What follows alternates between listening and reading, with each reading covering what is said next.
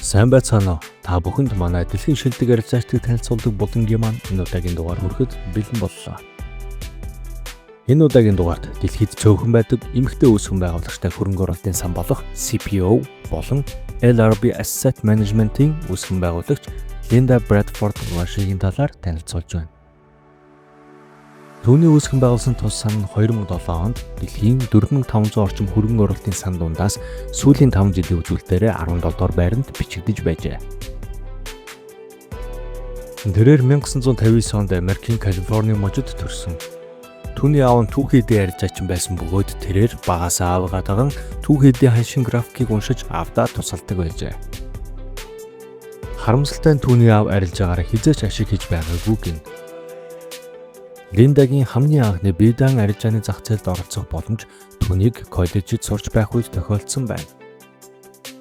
Тэр үед түүний сурч байсан Occidental College-д нэрээ нууцтай хандив өгдөг байсан хандивлагчийн нэрмжид ажлын тэтгэлгийг жил бүр 10 сурагч авдаг байсан бөгөөд тухайн жилдээ тэрхүү 10 сурагчийн нэгээр тэрээр шалгарч байжээ.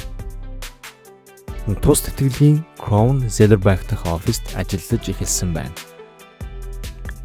Түүний ажил 8:30-д эхэлдэг байсан тул 7:30-д онгойдог 2 гудамжны зайд байрлах Новхон далайн хэргийн бирж дээр очиж 1 цагийг өдөр бүр өнгөрөөдөг байжээ.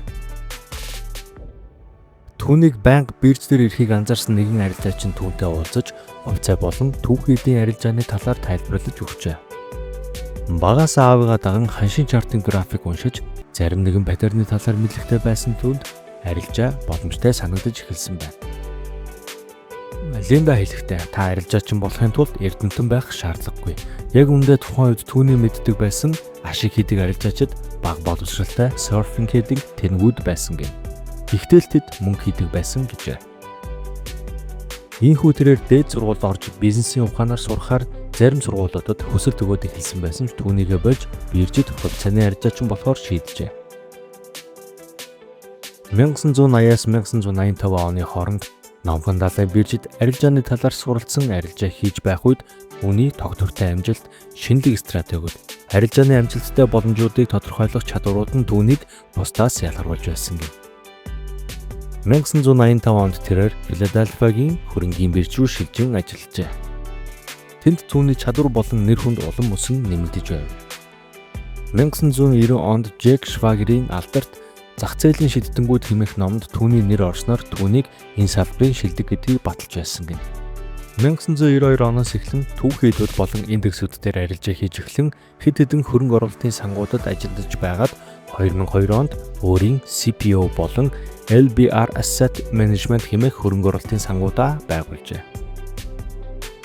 2007 онд түүний удирддаг LBR Asset Management сан нь 4500 орчим хөрөнгө оруулалтын сангууд дундаас сүүлийн 5 жилийн үзүүлэлтээр 17 дугаар байранд бичигдэж байжээ. 2015 онд тэрээр тус хөрөнгө оруулалтын сангуудаа удирдахаа болж тэтгэврт гарan зөвхөн өөрийн хувийн арилжаагаа хийж эхэлжээ. Тэрээр нэг удаа гэрлэж нэг охинтой болсон. Манай өмнөх бичлэгүүдэд танилцуулагдаж байсан дэлхийн шилдэг арилжаачдаас ялгарч байгаа нэгэн тод зүйл нь тэрээр 40 жилийн арилжааны түүхэндээ бага мөнгийг их хэмжээний мөнгө болгосон гих түүхгүйч ердөө 1 жилийг л алдагдaltaй өнгөрөөж байсан гин. Бүгд бүтэн 39 жил алдагдaltaгүй тогтвортой арилжаа хийснээрээ яах аргагүй дэлхийн шилдэг арилжаачдын нэгээр 109-оор тооцогддог. 2024 оны байдлаар түүний хөрөнгийн хэмжээ $147 сая хүрсэн бөгөөд 2015 онд тэтгэврт гарснаас хойш өнөө хүртэл дэлхийн 22 улсад банкны дийлрүүд болон хөрөнгийн зах зээлийг сонирхогчдод лекц уншиж арилжааны талаар 2 ном бичин гаргажээ. Тэрээр үндсэндээ техник шинжилгээгээр арилжаа хийдэг бөгөөд дараах шинжилгээний аргачлалыг ашигладаг байна. Нэгдүгээрт өмнөх өдрийн high болон low.